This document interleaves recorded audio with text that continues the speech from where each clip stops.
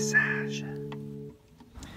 Ça peut être également créer des groupes d'entraide, des groupes de solidarité. Être solidaire au niveau de votre voisinage, puis de votre village, de votre quartier, de votre ville.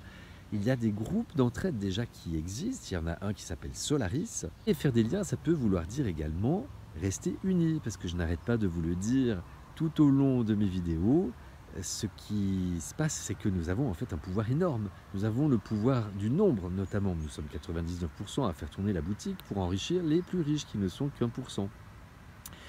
Mais ce qui nous manque terriblement, eh bien, c'est d'être unis, puisque tout est fait pour que nous soyons au contraire dans la division, stratégie de manipulation également, qui est diviser pour régner.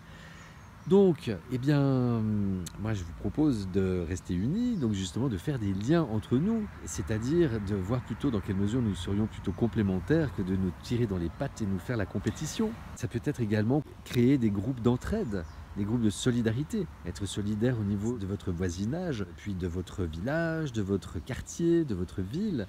Il y a des groupes d'entraide déjà qui existent. Il y en a un qui s'appelle Solaris. Et puis il y en a d'autres, il y a Millennium, il y en a plusieurs, vous pourrez chercher par vous-même. Et en fait, quand on veut faire de l'humanitaire, par exemple, on croit toujours qu'il faut partir à l'autre bout du monde pour aider les pauvres. Mais sachez déjà que les pauvres, il y en a plein nos pays riches, ça s'appelle le quart-monde, la pauvreté dans les pays riches. Et que si vous voulez faire de l'humanitaire, c'est-à-dire aider votre prochain, eh bien, ça commence déjà par soi-même, en fait, se changer soi-même, changer ses habitudes.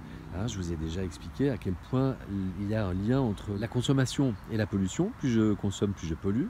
Et donc ça veut dire que si vous faites attention à ce que vous consommez, de ce fait vous allez moins polluer, vous allez moins appauvrir les pays lointains, si vous êtes dans une consommation plus locale, plus éthique. Donc en fait c'est un cercle vertueux. Et vous pouvez également, en plus de tout ça, aider les gens qui, en bas de chez vous, ou pas très loin de chez vous, sont dans le besoin. Pas forcément besoin de prendre l'avion, polluer encore plus pour aller aider les gens au fin fond du monde. Parce que si on agit sur notre consommation ici chez nous, eh bien on agira également sur leur pauvreté. Et ils auront moins besoin de venir chez nous. J'avais fait une vidéo, le lien entre la pollution et la pauvreté. Je vous mets le lien en description, je vous mets toutes ces vidéos en description.